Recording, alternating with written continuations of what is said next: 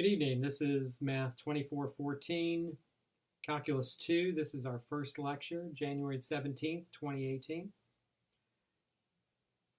My name is Jim Polito. I'm the instructor for this class, and I'm going to go ahead and post this first video. So a couple of things to talk about here. First of all, if you attend live lecture during the semester, please make sure that when you log into the WebEx meeting room, that you set up your audio. The best option for setting up audio is to choose call-in using my computer. This uses the microphone and speakers from your device, whatever device you're using. So if you have a decent microphone and speakers input as part of your device, then you should be okay. Most people, this is going to work fine. Every now and then somebody really has trouble doing that with their device. So another option would be to call in using your phone. It's not quite as good, but it will work. So make sure that you set up your audio when you log in. Homework, just a few things about the class. First of all, remember I will be assigning daily homework. And there will be graded homework and ungraded homework. The graded homework I will start assigning next week. So graded homework starts next week. And I will assign problems at the very end of each live lecture. So if you attend live, you'll see that. If you watch the recorded video, you just have to make sure that you get to the end and that you find whatever I'm asking you to turn in. So graded homework starts next week. I will assign that through lectures.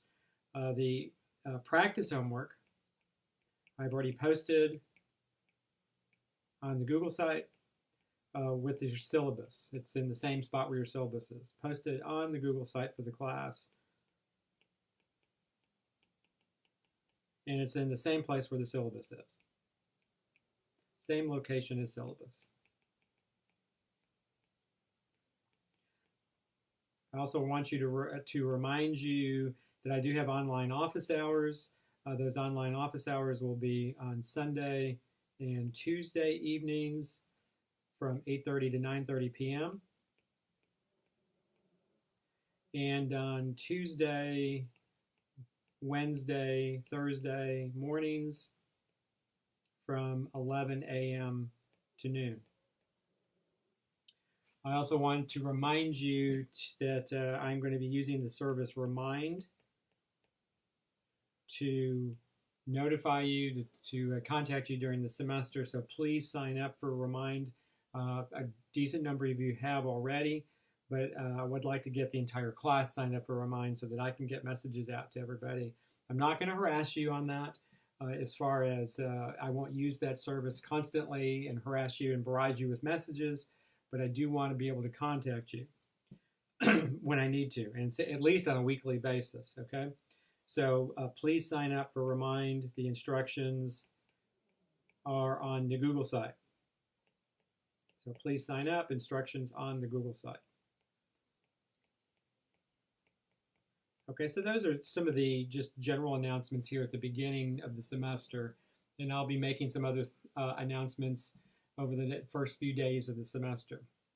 All right, so this is Calculus 2, and so the basic outline for the class is that we are going to start off, there are some things that I assume you know how to do. So I assume that you are okay with basic differentiation,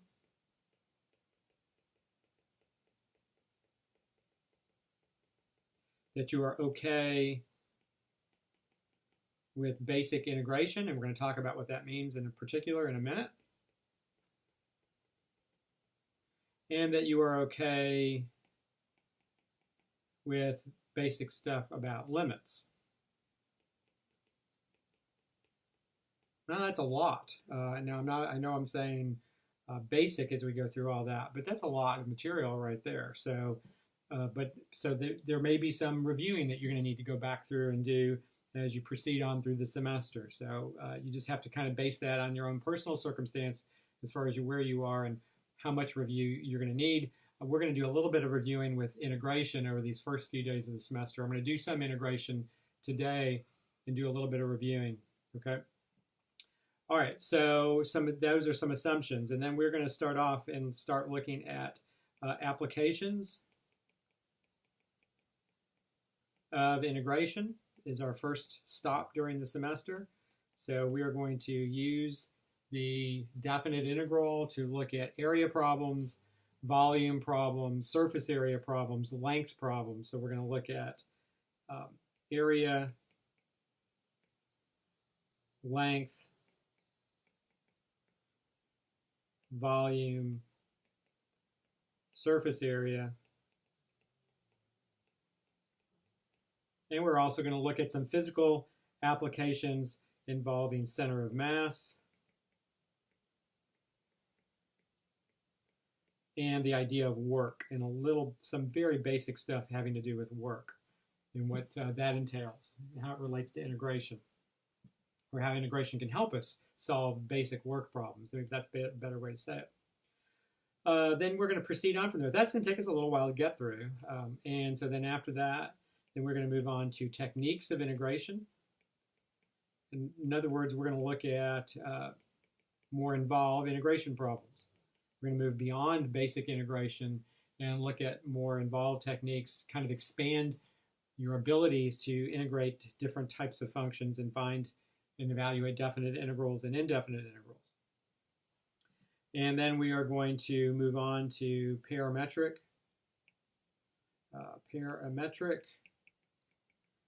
equations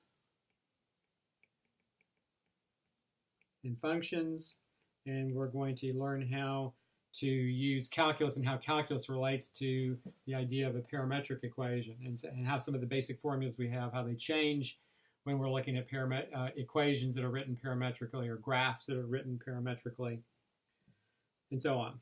Then we'll move on to polar coordinates, look at the calculus of polar coordinates a little bit. Both of these, let me say in particular, that those two topics are very important for Cal 3.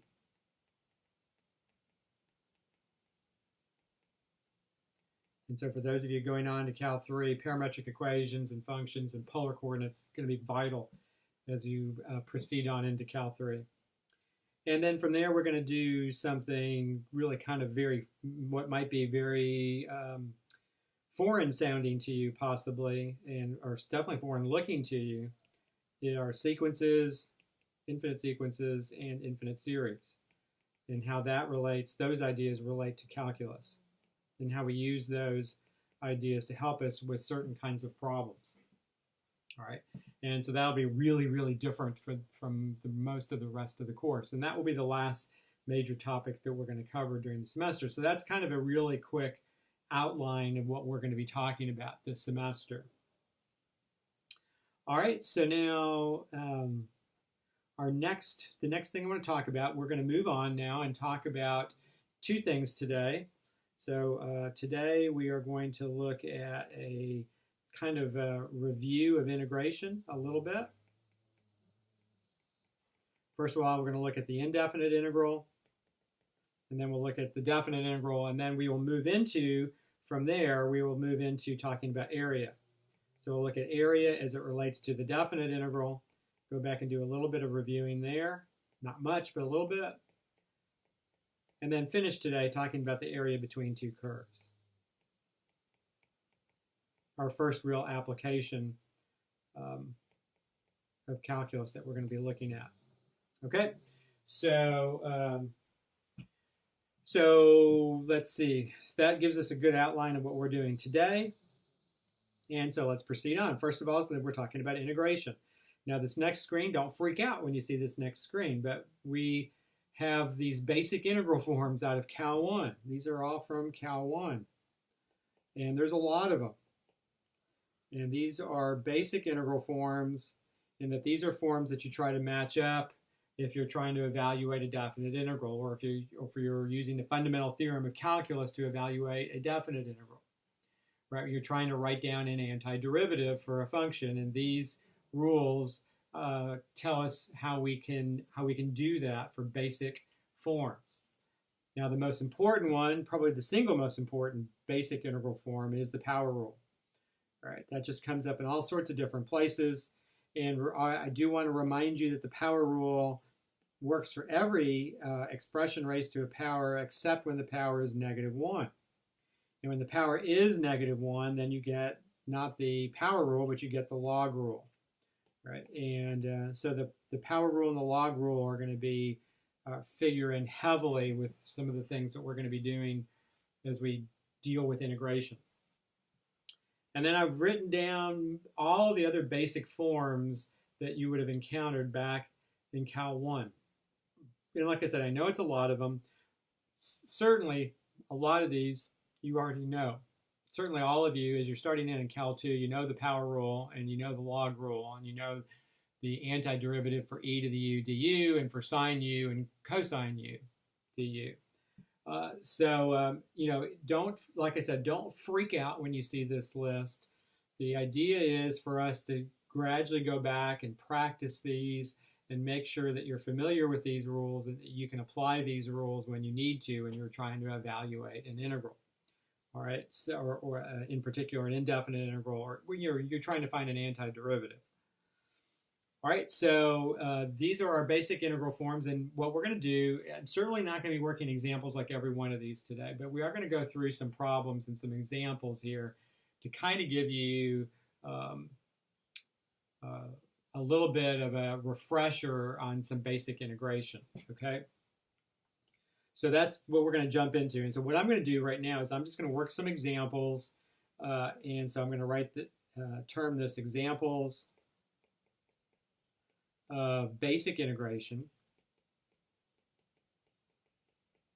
Now, please don't misunderstand here. When I say basic integration, I'm not saying, hey, these are all easy problems, and you should be able to do all these without even, you know, opening your eyes, pretty much. That's definitely not what I'm saying. I'm just saying that these are these are problems that fit these basic integration forms that I've just referred to on the last page. And but they're definitely not going to be, I'm definitely not saying that they're all easy problems by any means. That's certainly not true. All right, you will find some of them hopefully to be quite simple. So, all right, so we're going to jump into this. And so problem number 1, I'm going to start off with 11 examples. So we're going to work a lot of examples here at the beginning. And if you think that you are good with integration, that you don't have to worry about it, that you're a master of integration basically, then you can skip through this first part of the lecture and go right on to area between two curves that we'll proceed on later in lecture. But I'm going to work through some of these problems, and I think for almost all of you, it would benefit you to work through these examples.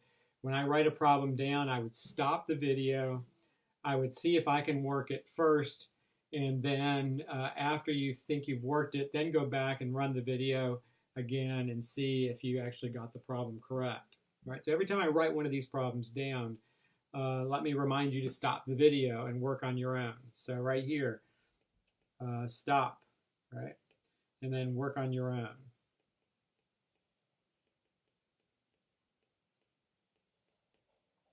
All right, now this particular problem is an addition and subtraction problem.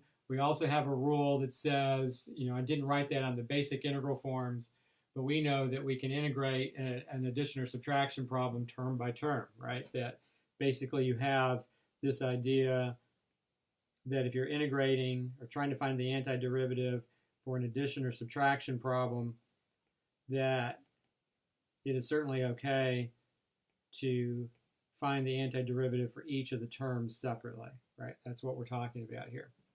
All right, so we do that, and then we've got a bunch of power rule problems as we work our way through this particular antiderivative, right? So the antiderivative for x to the 4th using the power rule is 1/5 x to the 5th, right? We add, remember the idea, and this is the way I'm going to say this in class during the semester, is we add 1 to the exponent, and then we put the reciprocal of the exponent in front of the power of x. All right, and the next one we add 1 to the exponent. Then we put a 1/4 in front, but there's already a 2 there, so this would be 1/2. And then the next term, add 1 to the exponent, so this is x squared. Put a reciprocal of 2 in front, which is 1/2, and you get 4. and then minus the antiderivative for a constant, remember, is just the constant times x. And then please don't forget the arbitrary constant. All right, that plus or minus plus c there is important. You're saying that there can be any real constant there at the end of that antiderivative, and you'd still have an antiderivative for the original function. And it's definitely something that I want you to not get in a bad habit of forgetting to write that constant. I have students all the time that forget to write that constant out. All right, so I wanted to kind of just work our way through a very basic problem. The next problem, we have the cosine of 4x dx. All right, so now we have the antiderivative for cosine u du, right? We know that cosine u du, we know its antiderivative is sine u plus c. All right, so the u in this case is 4x. And don't forget that what happens here is that you could use a u substitution here, though I'm not going to write all of it out, that if u was 4x, that would make this cosine of u. Then don't forget that du is defined to be the derivative of 4x, which is 4 dx. It's always the derivative dx. And probably not a bad idea to write that off to the side over here, just as a reminder that if u is equal to some function of x, then du, the differential of u, is defined to be f prime of x dx. Okay? So if du is 4 dx, then what I would do here to match this integral up is I would go ahead and multiply by 4 inside the integral and 1/4 on the outside, like that. And so then if you formally make this substitution, which I'm not necessarily always going to write out, then you get 1/4 times cosine of 4x would be cosine of u, and then 4 dx would be du. And so then writing down the antiderivative for cosine of u, you'd get sine of u. Oops. You have sine of u, and then plus the arbitrary constant. And then finally at the end, right, you'd substitute back in for u, which is 4x, and you have 1/4 sine of 4x plus c. Well, certainly, you know, what's going to happen here, and what I want to remind you of, and I'm going to be doing a lot of reminding on this first day here, is that if you have the antiderivative or the indefinite integral for the cosine of bx dx, that's always going to be 1/b sine of bx. So it'd be nice that you knew that and didn't have to write out a substitution every time for that kind of integral.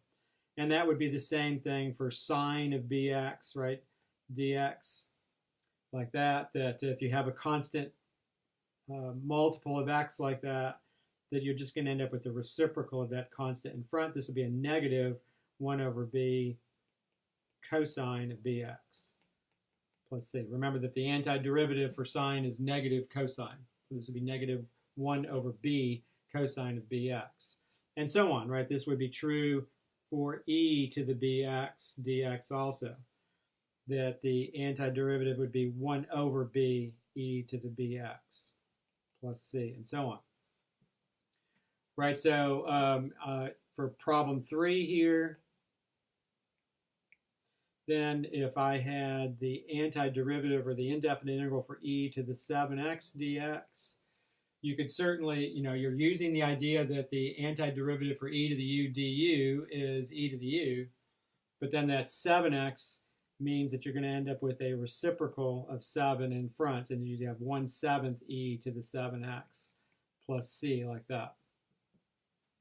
Another example, you know, if you had the antiderivative or the indefinite integral for sine of pi x dx, like that, you know, that again, that's a constant multiple, and so you just end up with the negative of 1/pi cosine of pi x. I would certainly rather you not have to go through and do a u substitution when you just have a constant multiple like that for x in these basic integral forms. So hopefully that brings back old fond memories from Cal 1 for you. Hopefully that looks familiar. And if it's you need to knock off some rust here at the beginning of the semester, that's understandable. Just be patient, and you're gonna you just make sure that you work lots of problems. And I forgot to mention, as you're going through these, please stop the video every time I hit an example, and see if you can work through the problem on your own. All right, so the next one, dx number 4, dx over x plus 4. And now remember, dx over x plus 4 is the same thing as 1 over x plus 4 dx. That's the exact same integral. You'll see it written both ways, kind of interchangeable there.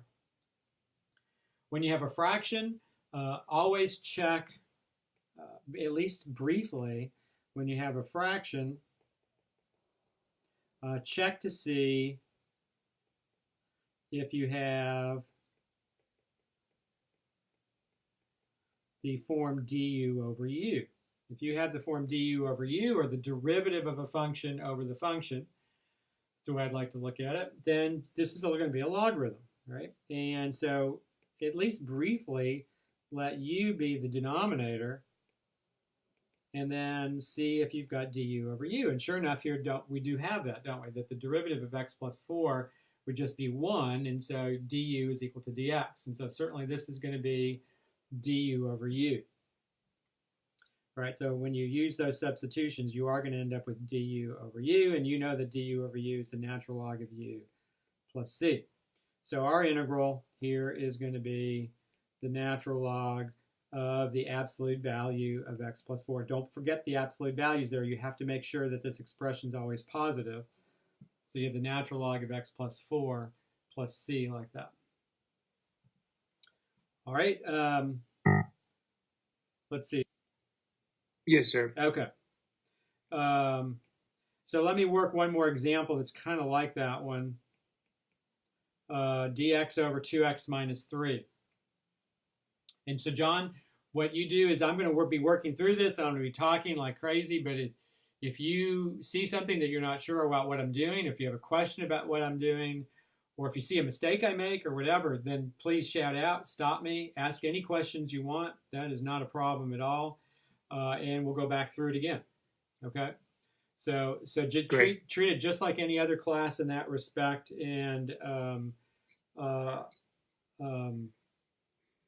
that'll be fine. So don't worry about slowing me down or anything like that. Okay. So this integral is dx over 2x minus 3. It's a fraction, and so since it's a fraction and there's nothing else necessarily obvious, I'm going to definitely check to see if it's du over u. And you can either formally write this out or not formally write it out. It depends on where you are with this. But if I let u be 2x minus 3 here, then du, remember, is the derivative of 2x minus 3, which is 2 dx. And so the way I write this out when I do a u substitution is I say, okay, I can match this. I can match this up by multiplying the numerator by 2, and I can if I multiply the numerator by 2 and I multiply by 1/2 on the outside of the integral, it's like I'm not really doing anything at all to the integral, right? And so whenever I multiply by a constant on the inside of the integral, I always multiply by the reciprocal of the constant on the outside, and that means I'm really not doing anything at all. Now what happens, this form now matches up with du over u, right? The numerator is du and the denominator is u. And so this would be a logarithm, right? It'd be 1/2 times the natural log of the absolute value of 2x minus 3 plus c. And we've got the integral. And notice I didn't even write out the actual substitution. I wrote out what u was here in du, made sure that the integral matched the form, but then I didn't actually even write it out. And sometimes, depending on the problem, sometimes I would do that and sometimes not. So, all right. So this hopefully is looking familiar to you. And like I said, if you're worried, please stop me, definitely, because I've got about 11 problems I'm going to work here at the beginning.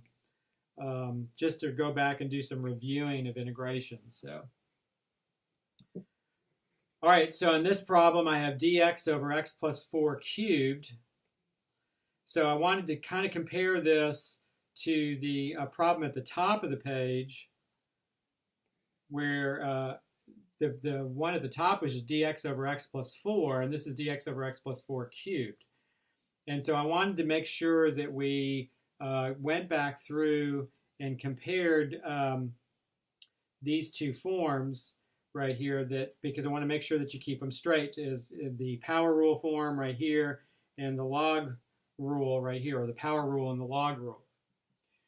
Remember that the log rule applies when the power is -1, and then if it's not a -1, then it's going to be a power rule problem, right? And so that's what we've got going on in the problem that we're talking about here in problem 4.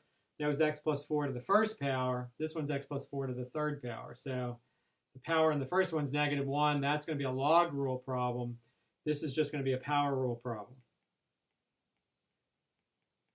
All right, so we want to first keep that straight. And then we make our substitution. So in this case, we would let u be x plus 4, because that's the function that's being raised to a power. And so du would be just dx. And if you wanted to, you could certainly write out the substitution here. That would be okay to do.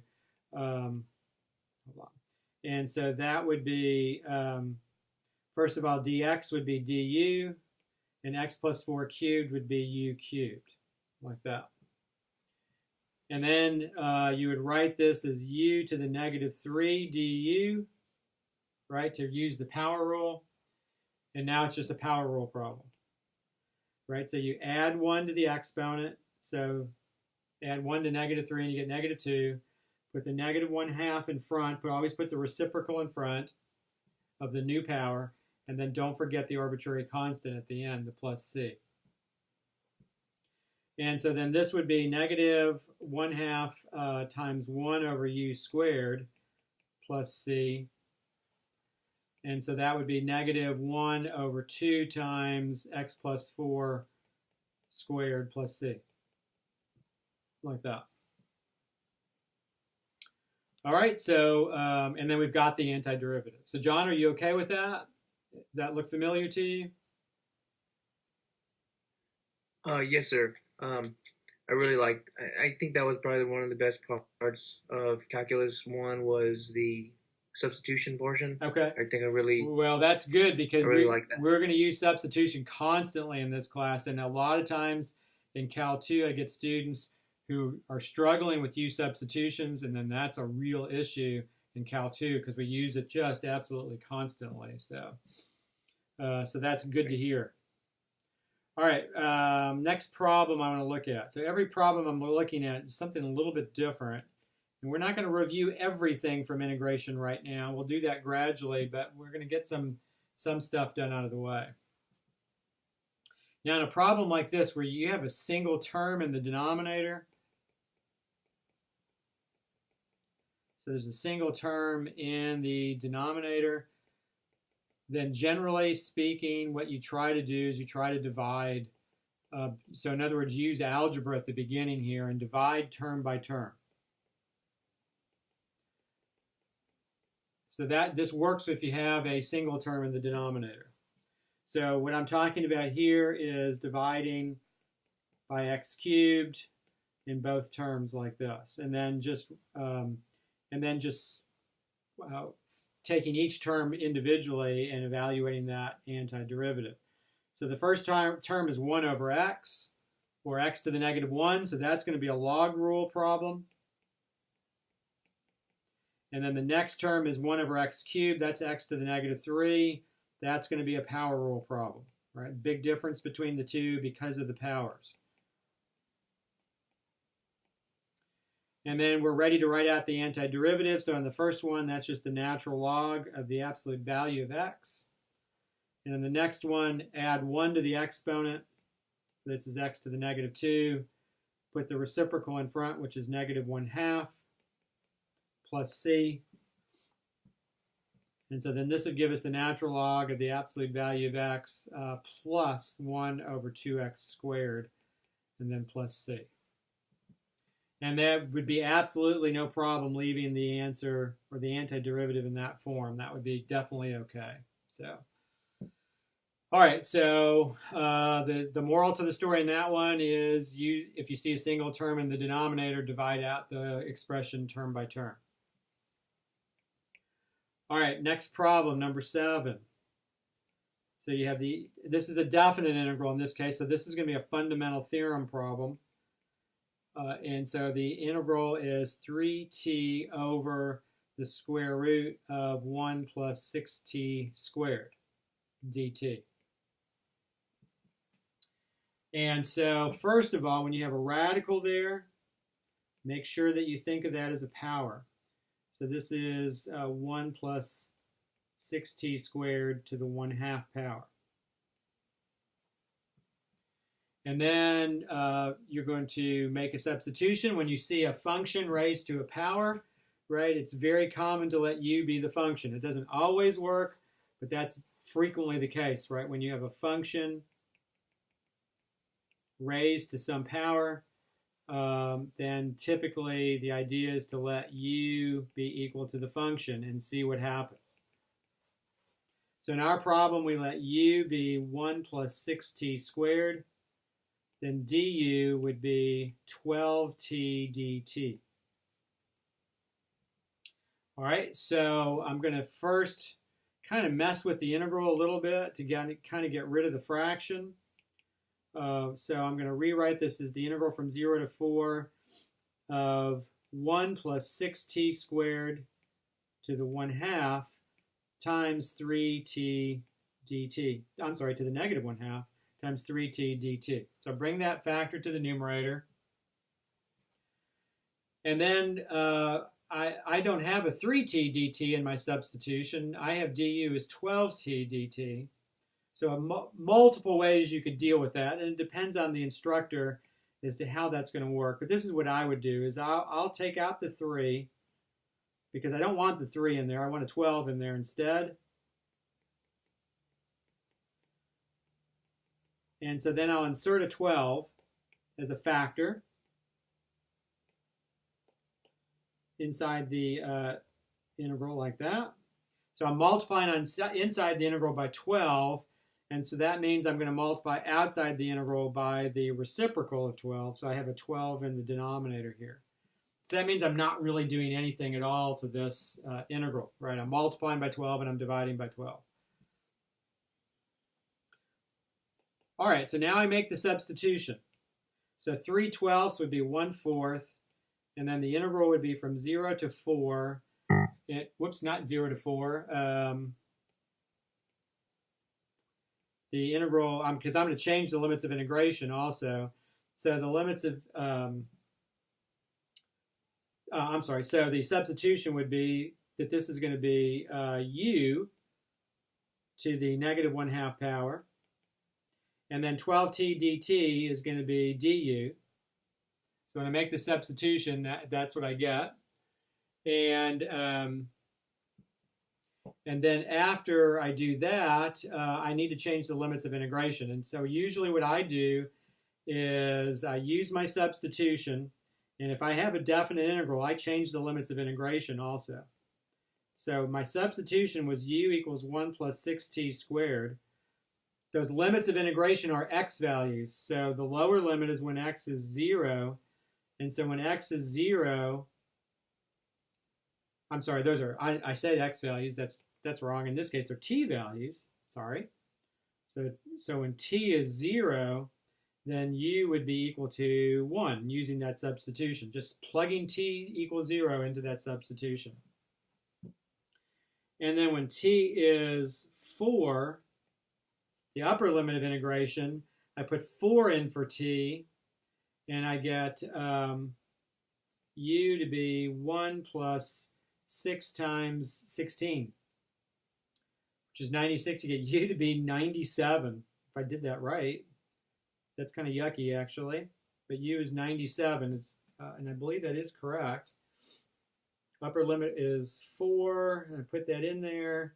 Yep, that's right, definitely. So the upper limit's now 97. And so my limits of integration now go from 1 to 97. Those are u values, and I don't have to go back to x's anymore. You know, you and I were talking about this problem. So we're on number 7. We're doing this substitution problem. And so we've got this integral in terms of u now. And we've substituted u equals 1 plus 6t squared. We let du be 12. So then du is 12t dt, because that was the definition of du. Remember, is the derivative of the function dt. And then we're trying to match this up so we could use the power rule. And that's what we've finally done here at the end.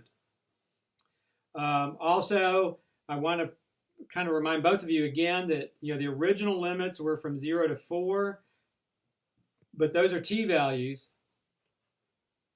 right? Those are t values. And now what have I done? I've using my substitution right here, and t equals 0 and t equals 4. I've now changed this so that they're now u values, right? And so these new limits of integration right here from 1 to 97 are u values. And so I do not have to go back to t's anymore. And when I have a definite integral and I'm doing a u substitution, I will always change the limits of integration like that. All right, and so now I've got the integral in a form where this is just the power rule. So this is 1/4 times, and then remember what we do. We add 1 to the exponent, and then we put the reciprocal of the exponent in front.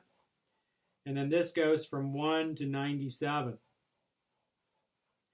And so this would be 1/2 times u to the, u to the 1/2. And this would be from 1 to 97. And then at the upper limit, remember, u to the 1/2 is just the square root of u. So this would be the square root of 97 minus 1/2 times 1 to the 1/2, which is just 1. And so you get 1/2. Frequently in a textbook, you'll see them factor out the 1/2. I wouldn't care if you did that or not, but, and so then this would be the square root of 97 minus 1, like that. And that would be the exact answer for that particular definite integral. So kind of yucky arithmetic at the end, but not too bad. So, all right, so let's move on. If there's nobody to stop me on that problem, I guess. And then, Jaime, this next problem you'll get to see from the very beginning. So rather than coming in on the middle of a problem. So you've got this integral, x times 3x squared minus 5 to the 8th dx. And then we're back to an indefinite integral here. All right, so here I have a function raised to a power. The 3x squared minus 5 is raised to a power. So this is pretty clear cut that this would be a substitution problem where we let u be 3x squared minus 5. And then du would be the derivative of 3x squared minus 5, which would be 6x dx. And so I want to match this up exactly. So I would multiply by 6 on the inside of the integral, and I'd put a 1/6 on the outside. And remember, anytime I multiply on the inside of the integral by a constant, I multiply on the outside by the reciprocal of the constant. All right, so then this then becomes, if we make the substitution, this is 1/6 times just u to the 8th, and then 6x dx would be du. And this would be a power rule problem, right? So this is just u to the n du. All right, so this is pretty straightforward here at the end. So this would be u to the 9th. And then I put the reciprocal of that exponent in the front, which is 1/9, and then that's plus c. And then this would be 1 over 54 times u to the 9th, which would be 3x squared minus 5 to the 9th plus c. And we've got the antiderivative. Now that should be a problem. That should bring back old fond memories from Cal 1. That's a typical kind of problem you might have seen at the very end of Cal 1, or towards the end of Cal 1. All right, so are we okay there? Either of you guys have any questions about that problem? No. All right, and John, I guess you're okay? So problem number 9. We have the integral from 0 to 4 of dx over 16 plus x squared. And so part of the issue with integration is being able to match it up with the correct basic form. Remember, I've listed all the basic forms earlier in the lecture that you would have seen in Cal 1.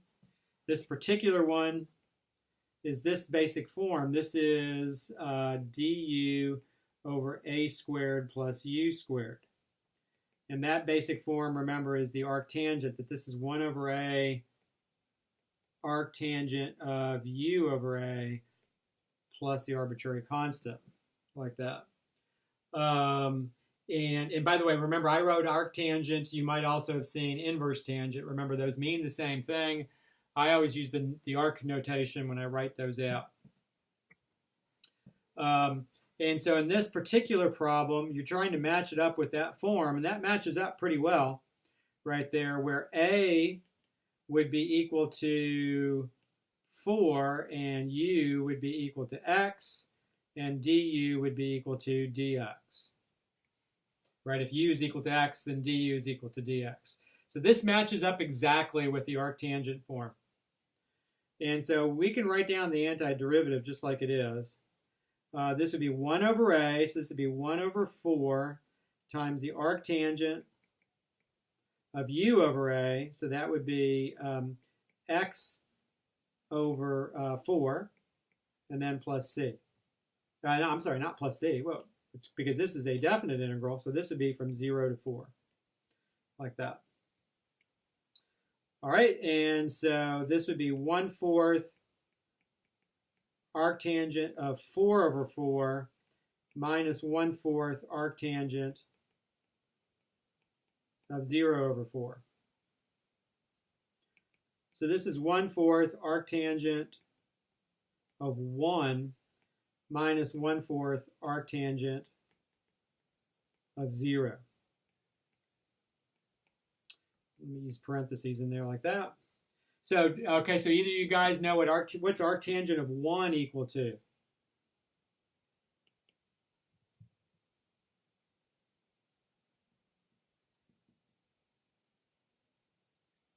I have my rules written on my flashcards, but they're not right in front of me. Yeah, okay, so if you have them written in front of you, then what is it? What's arctangent of 1 equal to? Do you know? If, by the way, this is what you do here. If you're struggling with that, the arctangent of 1 is equal to, what right here. And so remember, that means 1 is equal to the tangent of that. So the tangent of what angle, and remember, since this is arctangent function, it has to be either quadrant 1 or quadrant 4. The tangent of what angle is equal to 1?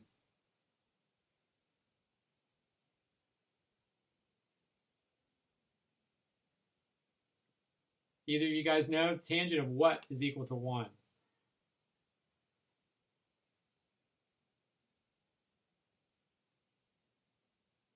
I'm sorry, what was the question? I'm trying to get the button to unmute.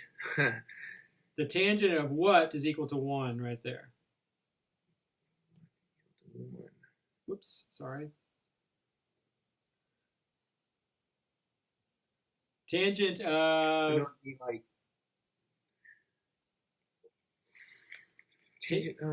Tangent of pi over 4 is equal to 1. Tangent of pi over 4, remember, the sine of pi over 4 is square root of 2 over 2. Cosine of pi over 4 is square root of 2 over 2. Tangent of pi over 4 is the sine over the cosine. They're both the same. It's equal to 1. So this would be 1/4 times pi over 4 minus 1/4 times, and arctangent of 0, there you're just looking, the tangent of what angle is equal to 0, and that would be 0. So that one's just 0. So you end up with pi over 16 is the answer right there. 1/4 times pi over 4. So what I'd say to both of you guys that are with me today, and then anybody who's watching this later and recorded, is you need to go back over the special angles for the trig functions. That's just going to come up frequently during the semester as Cal 2 students, probably more this semester than it did in Cal 1. So it's definitely something for you to kind of review, okay, a little bit. Got it. All right. And like I said at the beginning, I think this is before either one of you came in, don't panic as you go through the beginning of this semester. The idea here is to kind of get you back into the swing of things for calculus. I am going to be, depending on a lot of things that you would have seen in Cal 1. And so you may have to do some reviewing here at the beginning of the semester. You'll get the hang of it. It just means you have to be consistent about your effort. All right, and come by for help. Whenever you have help, whenever you need help, definitely. All right, the next problem. I've got really 2 more problems to finish with to do for our first little review here. And then we're going to take a breath, and then we're going to look at talking about area. So this next problem is dx over the square root of 25 minus x squared. And this matches up with the form for arcsine. The arcsine form is du over the square root of a squared minus u squared. And if you have an integral that matches with that form, then the antiderivative would be arcsine of u over a plus c. Notice, remember that arctangent has the 1 over a at the beginning as a factor. Arcsine does not have that factor in there. All right, so look, this problem matches up exactly with that form. Where what would a be equal to in this problem? If you're trying to match this up, what would a be equal to? 5. Good. A would be 5. That's right, Jaime. And then u would be equal to? 8. Very good. And then du would be equal to dx. So this matches up exactly for the arcsine form. And so you could just write out the antiderivative from here. This would just be arcsine of u over a be x over 5 plus c. Boom. But you've got to be able to recognize that form at the beginning, and that's where this practice kind of comes into play, where you need to refamiliarize yourself with all these basic integral forms. All right, this will be our last problem that we're going to look at today. And we'll look at more as we go through the next few lectures. And what you'll be getting lots of practice on integration over the first few lectures for sure. All right, this last one is the integral of 3x over x squared minus 9. And remember what we've talked about earlier today, and what you would have probably talked about in Cal 1 also, is that when you see a fraction, always briefly think about, is it in the form du over u? Because if it is, then it's just a logarithm.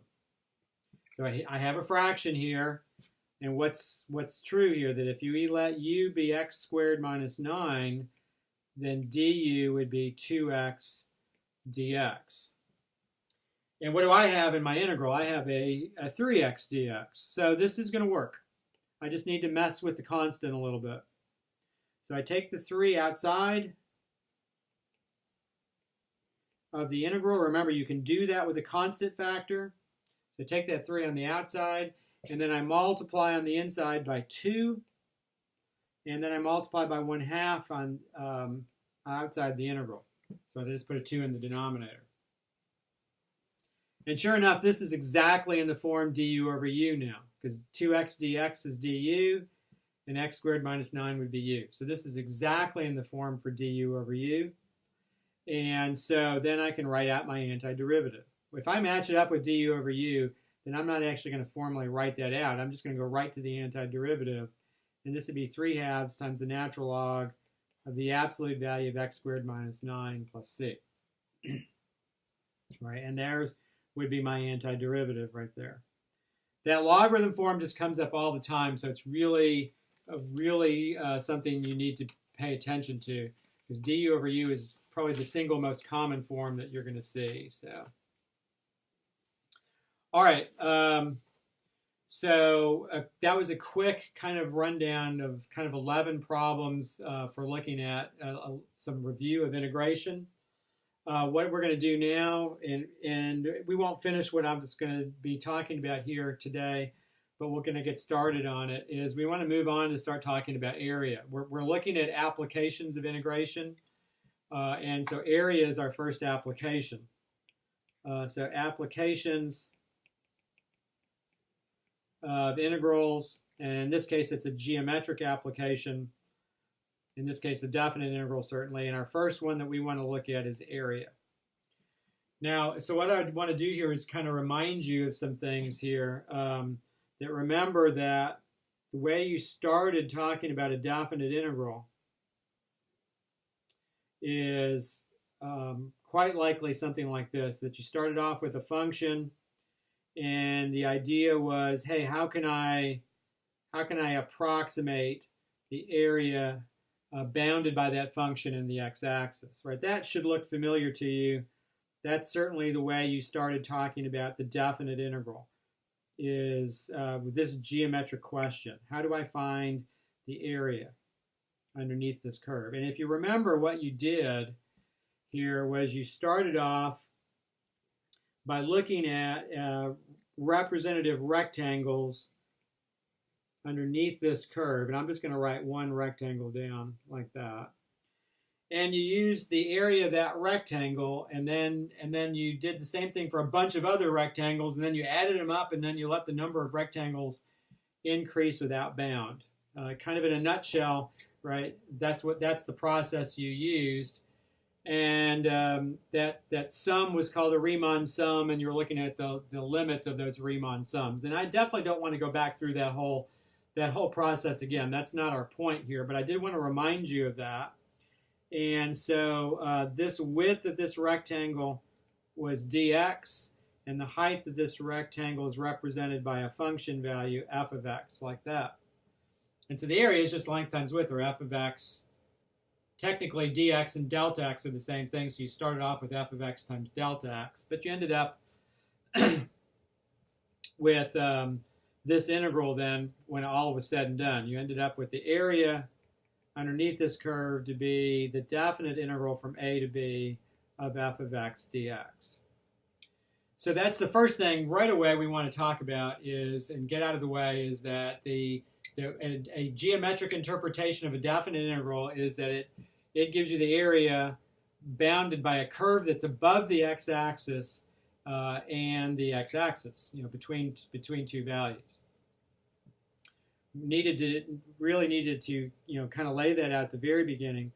And so then what you notice then is that if the curve is below the x-axis, right, so that's my curve f. Here's A right here, and here's B. The problem is this representative rectangle that we look at, now its function value is negative. And so the problem here is that that process you use for calculating area, the signs are all wrong. And so if you're looking for the area of this region right here, the area for that region would be the opposite of the integral from a to b of f of x dx, right? That the area of a region underneath the x-axis, the integral like that gives you the wrong sign. So if you're trying to find the area, then you would have to change the sign of the integral.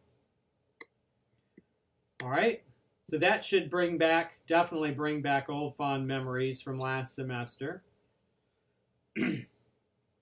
And then, you can get kind of a little bit more complicated. So if this is our curve f,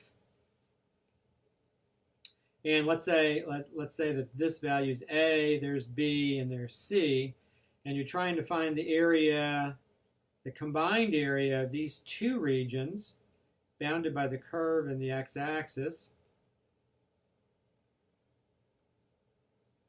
like so, then what would be true here? Then the area of the region between A and B, that region is above the x-axis, and so that would just be the integral of f of x dx from A to B.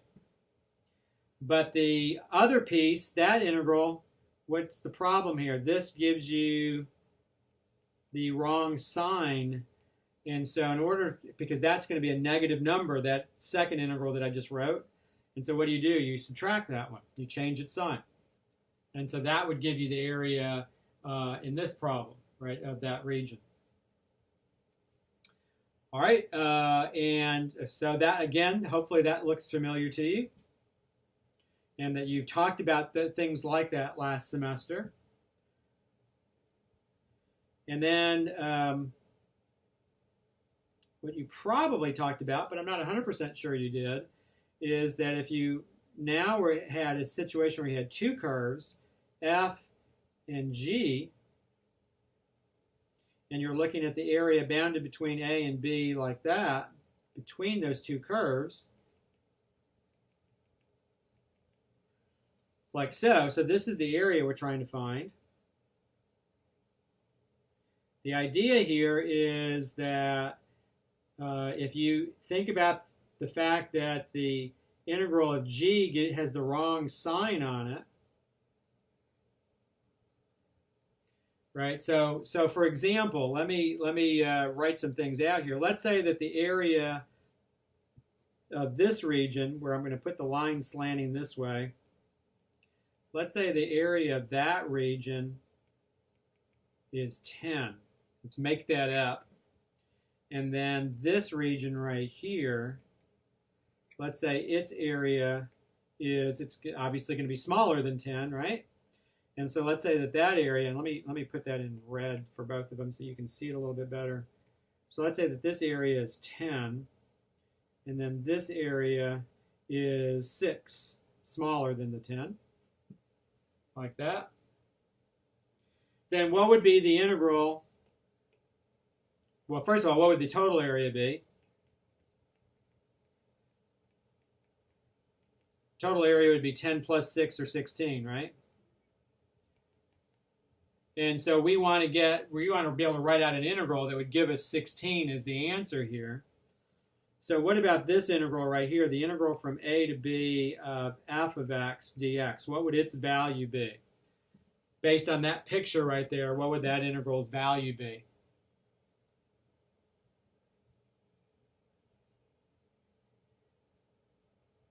Would it be, would you have like the function f of x So in remember, relation to g of x? now remember now, I'm just talking about f.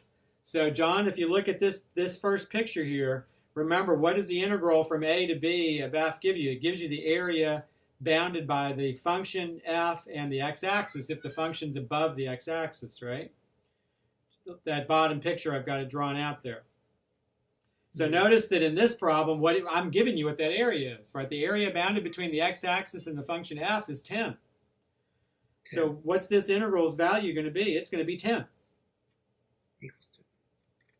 Right? Because it's got to be that area that's bounded by the x-axis and the function f. But then what about the integral from A to B of g? The problem is that g is below the x-axis. And so this integral does not give you the right sign on the area. It gives you the right number, it just doesn't give you the right sign. And so this integral's value would be -6, right? Because the area of that region bounded between g and the x-axis is 6, but that function is below the x-axis, and so that integral would give you the wrong sign on that value. So that integral's value would be -6. So now how would I get 16 out of this calculation?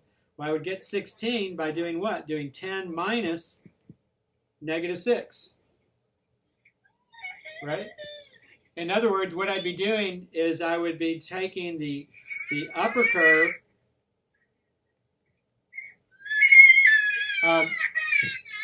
Jaime, you need to go ahead and mute yourself I went ahead and did it for you. But make sure that you mute yourself so that we don't pick up any noise from behind you. So, and then when you're ready to talk, just unmute yourself, and you'll find the mute buttons at the top of the screen there on your device. So this is the upper curve minus the lower curve, and that gives you the area in a situation like that. And so the area in this particular problem would be the integral from a to b of f of x minus g of x dx. And that's a very, very important idea. And so let me kind of draw these pictures out again on the next screen so you can kind of get an overview of the whole thing here. So if you have a function that's above the x-axis, so let's say that this is f, and you're going from A to B, and you're trying to find this area right here, right? That area is exactly the integral from A to B of f of x dx, because the curve is above the x-axis. But if the curve is below the x-axis, so there's f right there, here's A, and here's B. This is the area we're trying to find right here. So in that case, the integral gives you the wrong sign on the area. And so this would be the negative of the integral from A to B of f. And I tell you what, let me change the name of that function to g. That'll be better. So the idea is that if the curve is above the x-axis, the definite integral gives you the exact area, and if the curve is below the x-axis, the definite integral gives you the wrong sign on the area. It gives you the right number, it just gives you the wrong sign, so you have to change the sign of it. So the area would be the negative of the integral in that case. And then the last picture here kind of combines those two ideas. And what if you're looking at the area bounded between two curves, like this, from A to B, right? So now we're talking about this total area bounded between these two curves.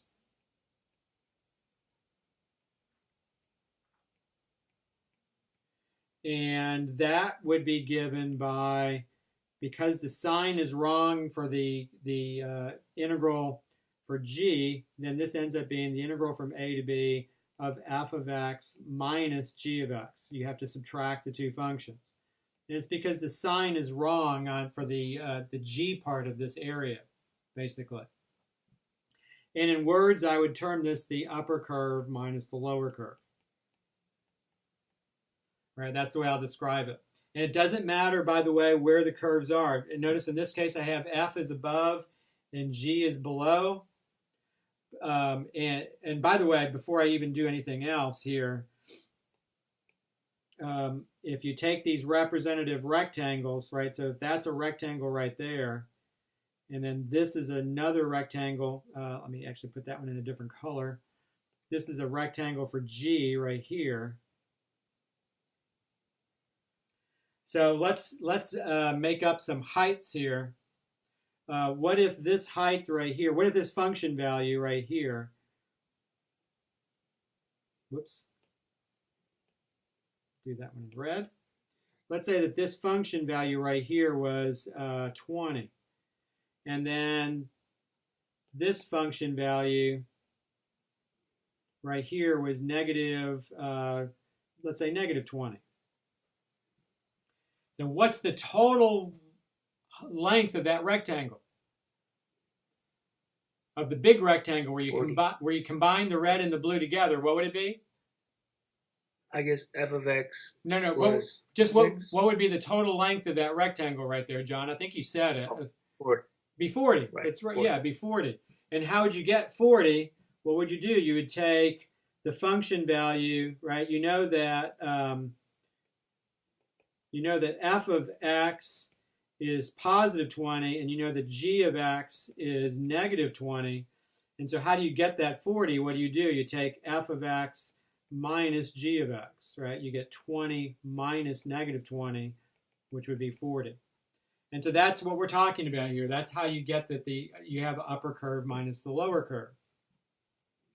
And notice it doesn't matter whether the curves are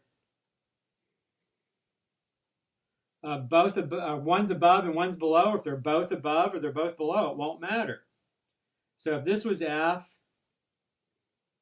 and this was g, and now notice they're both above the x-axis.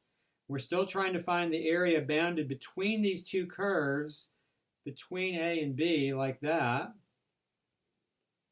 Right, so this is the area we're after in this problem.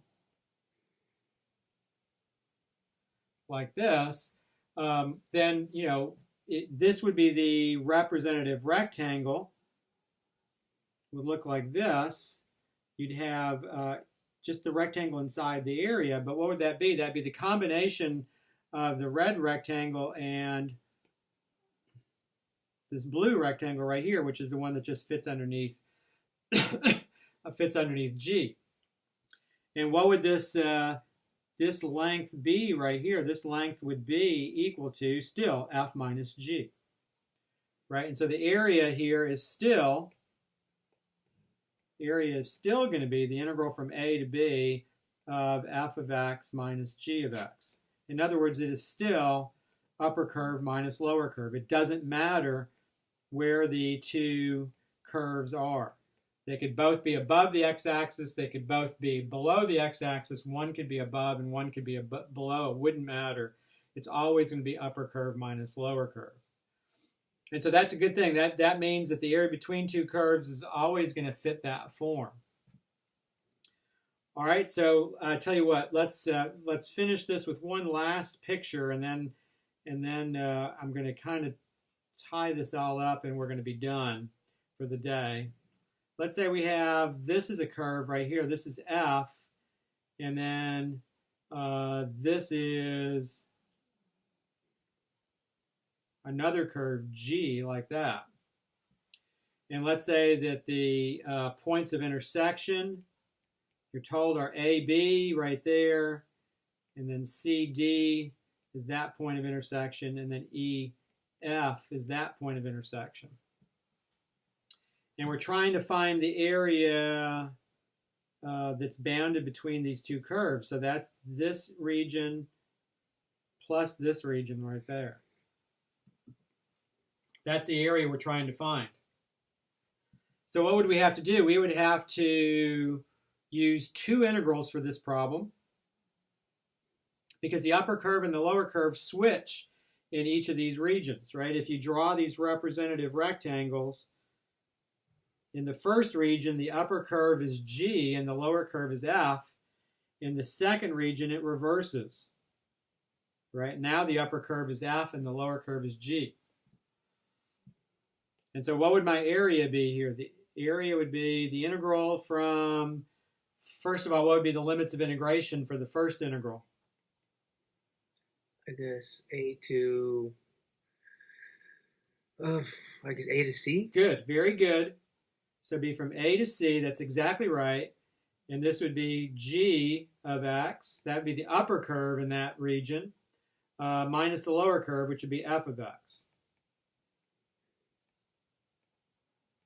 Like that. And then the second integral would be from what to what? C and E. Yeah, C to E. That's very good. Very good. So it'd be from C to E. And what happens, though, that the upper curve and lower curve switch. And so this would be F of X minus G of X. And that would be the total area right there, right? The first integral would give you the area of the first region. The second integral would give you the area of the second region. Okay?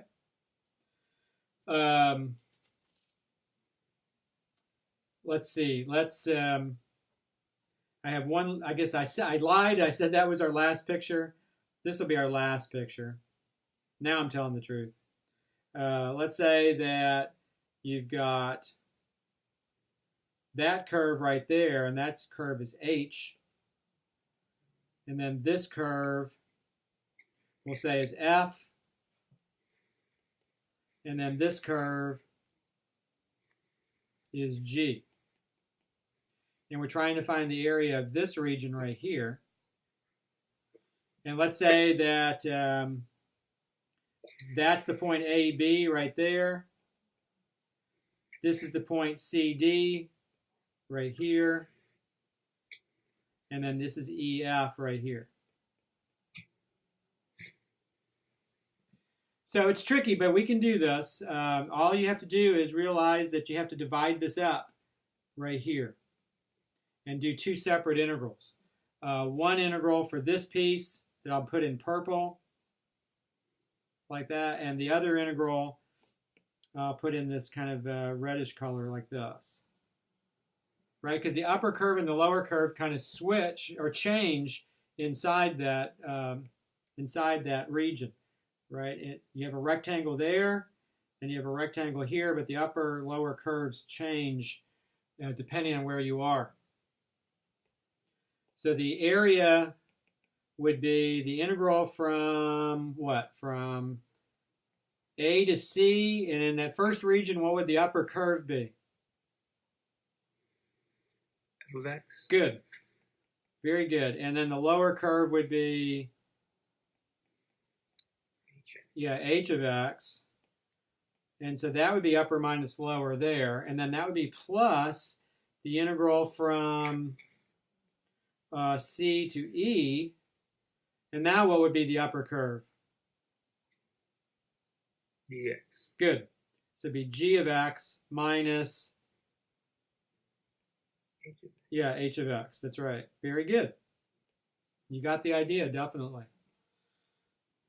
All right, so we've started in on area between two curves, and so what we're going to do is we'll continue with area between two curves next time, and actually look at some real functions and look at how to find the area between those curves with some actual functions. Here we're just drawing out some general pictures. So what we'll do is we'll continue with area between two curves. And then we will look at, start looking at volume. Start looking at volume. And so that will be next time, and that's next Monday. So this is for next time. And so remember, that's Monday, January, January, I guess what that's the 22nd. And my intent is to continue to lecture Mondays and Wednesdays, 7 to 8:30 p.m. And remember, I have online office hours, so those are times when you can always come by and see me. So.